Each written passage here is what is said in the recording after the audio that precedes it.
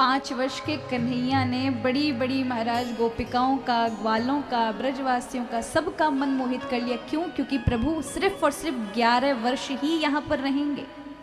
उसके उपरांत प्रभु को अन्य लीलाओं को करने के लिए ब्रज से बाहर जाना पड़ेगा। ऐसी एक गोपी थी जिसका नाम था प्रभावती, बड़ी टेढ़ी। जब गोपिकाएं कहती थी अरे लाला हमारे यहाँ माखन चोरी करने आता है, हम उसे नचाती हैं, खिलाती हैं, हृदय से लगाती हैं, तो ये प्रभावती नाम की गोपी कहती है कि मेरे घर चोरी करके दिखाए, मैं बताऊं। और यहाँ ये गोपी भगवान के पास जब ये बात पहुंचती है तो प्रभु आते हैं। सभी ग्वाल बाल से कहते हैं कि भैया सबके यहाँ जाते हैं, आज या गोपी को ही देखना है। और प्रभु जाते हैं सभी ग्वाल बाल मंडली के साथ। और ये प्रभावती जो थी ना, बड़ी होशियार थी, बड़ी चालाक। कभी कभी बुद्धिमान बहुत तार्किक बुद्धि से भगवान को देखने का प्रयास करते हैं ना, अपनी अल्प बुद्धि से प्रभु को नापने की कोशिश करते हैं, क्योंकि वो अपने तर्क से देख रहे होते हैं। और तर्क के सिद्धांत पे जब कसौटी पे उनकी बुद्धि की जैसे प्रभु नहीं उतरते तो उन्हें लगता है कुछ है ही नहीं। प्रभु की लीलाओं को भी अपनी तर्क बुद्धि से देख रहे होते हैं, भाव से नहीं। और तर्क से की हुई सिद्धांत पर अगर प्रभु नहीं बैठते, इसमें भगवान का दोष नहीं है, आपकी अल्प बुद्धि का दोष है। हमारी चम्मच इतनी सी हो और हम समुद्र को नापने जाएं, समुद्र का दोष है क्या कि वो उस चम्मच में नहीं समा रहा? ये हमारी अल्प बुद्धि का दोष है कि लीला हमारे बुद्धि पे नहीं बैठ रही? क्योंकि अगर बुद्धि से प्रभु की लीला देखोगे तो सामान्य नजर आएगी, लेकिन भाव से देखोगे तो बहुत सारे सिद्धांत छुपे हैं। तो बुद्धिमान ये प्रभावती पूरे दरवाजे खोल दिए अपने आंगन के, मटके लगा दिए, आंगन में माखन रख दिया। भगवान आए ग्वाल बालों के साथ, मन में सोचा ये पहले से कैसे तैयारी कर रखी है चोरी करवाने के लिए। कोई भी अपने माखन को छुपा के रखता है। और प्रभु चोरी करने लगे, सभी ग्वाल वालों को पहले खिलाने लगे। पीछे से प्रभावती आकर के कृष्ण को पकड़ लेती है। सब ग्वाल बाल भाग जाते हैं बाहर की ओर। अब ये गोपी पकड़ लेती और कहती है क्यों रे लाला, बड़ा तू उदम मचा रहा है, पूरे गोकुल में तने गोकुल उठा के रख दिया है, बड़ी चोरी करते। आज तेरी मैया को सबूत के संग पकड़ के लेके जाऊंगी, बताऊंगी कि तू चोरी करता है। अब सभी ग्वाल वाल बेचारे बाहर देख रहे हैं, हमारो सरदार पकड़ो गयो, कैसे बचाएं। और गोपी मारा दरवाजा बंद कर लेती है, कहती है जैसे जैसे बोलूं वैसो वैसो कर। ठाकुर जी कहने लगे ठीक है गोपी बता का करना पड़ेगा। बोले तू नाच है बहुत अच्छा है, नाच के बता। अब ठाकुर जी बहुत देर तक नाचते, पर ये बड़ी टेढ़ी गोपी बिल्कुल ना पसी जी 1.5 घंटा तक ठाकुर जी को नचाती रही। प्रभु ने कहा याते अच्छा तू लेके ही चल, मुझको परेशान कर देगी तू मुझे।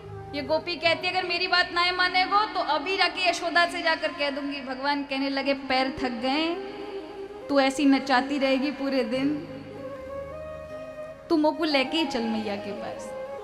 गोपी कहती है सच में लेके चलूं? प्रभु कहते हैं लेके चल। यहाँ गोपी हाथ पकड़ती है प्रभु का और सीधे दरवाजा खोलती है। अब हमारे यहाँ एक ब्रज में एक परंपरा है कि कोई भी बहू घर से बाहर निकलेगी तो लंबा सा पर्दा लगाना पड़ता है, उसे 1.5 फुट का पर्दा करना पड़ता है। अब ये ब्रजवासी गोपी कन्हैया को हाथ में लेकर के लंबा सा पर्दा डाल लेती है, लेके जा रही है। आज तेरी मैया को सबूत के संग पकड़ाऊंगी, बड़ा चोरी कर है, तेरी अकल ठिकाने में लगवाऊं। और ऐसा करके लेके जाती है। ठाकुर जी मन में विचार करते मैया को पता चलेगी कि मैं चोरी करूं तो मेरी मैया तो दुखी है जाएगी, का करूं। और ये टेढ़ी गोपी मानवे वाली नहीं है, आज तो गलत चक्कर में फंस गए। कोई भाव वाली गोपी नहीं बल्कि टेढ़ी बुद्धि वाली गोपी के यहाँ हाथों लग गए। अब का करें। यहाँ ठाकुर जी ने मन में विचार किया।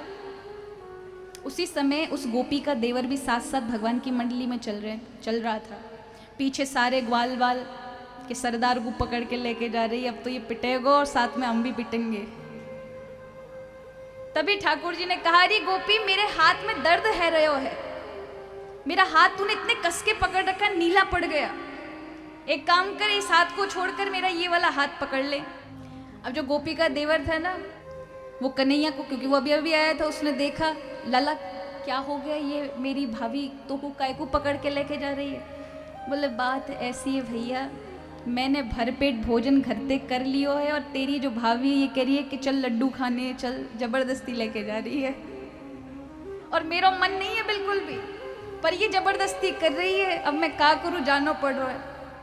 ग्वाल वाल कहने लगा वो देवर जो था कि भाभी मोते तो कभी पूछे नहीं है भैया, अगर तेरी इच्छा ना है तो मोई खवा दे। प्रभु ने कहा ठीक है, तो जब मैं कहूँ हाथ देना है तो हाथ दे देना है इसको। बोले ठीक है। अब भोरी बुद्धि का था महाराज। ठाकुर जी ने कहा रे गोपी तेने मेरे इतना जोर से हाथ पकड़ लीनो है कि मेरा दर्द कर रहा है हाथ, अब तू मेरा दूसरा हाथ पकड़ ले या हाथ छोड़ दे। अब गोपी मन में सोचने लगी, पर्दा तो पड़ा ही था, मन में सोचती है राजा को छोड़ा है, कहीं कछु है ना जाए, लेने के देने पड़ जाएंगे, ठीक है अपना दूसरा हाथ दे दे। अब ठाकुर जी ने अपना हाथ छुड़ाया, धीरे से देवर का हाथ दे दिया और गोपी ने सोचा कृष्ण का दूसरा हाथ है, पकड़ के लेके जा रही है। आज तो बताऊंगी दारी के तो को तेने बड़ो उधम मचाए लीनो है।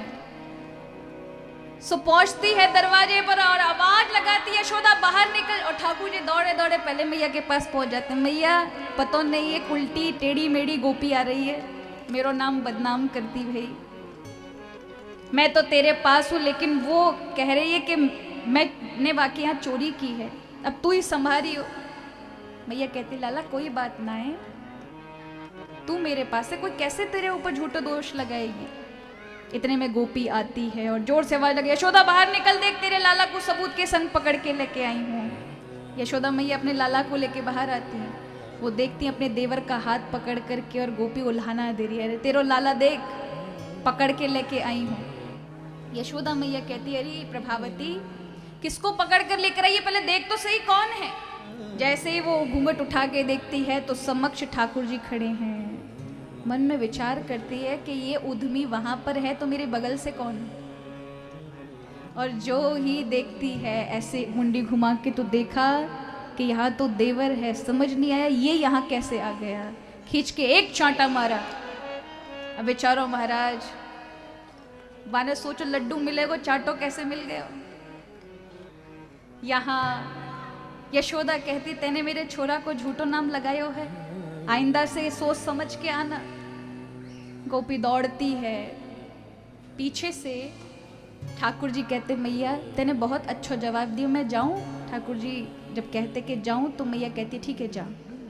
कहाँ उन्हें कहाँ जाना था, सीधे गोपी के पास गए पीछे पीछे और कहते अरे गोपी मोकू पकड़ के मैया के पास ले जाएगी, आइंदा ते ऐसो सोचो तो अगली बार, इस बार तो तेरे देवर का हाथ पकड़ा है, अगली बार तेरे पति को हाथ पकड़वा के जाऊंगा।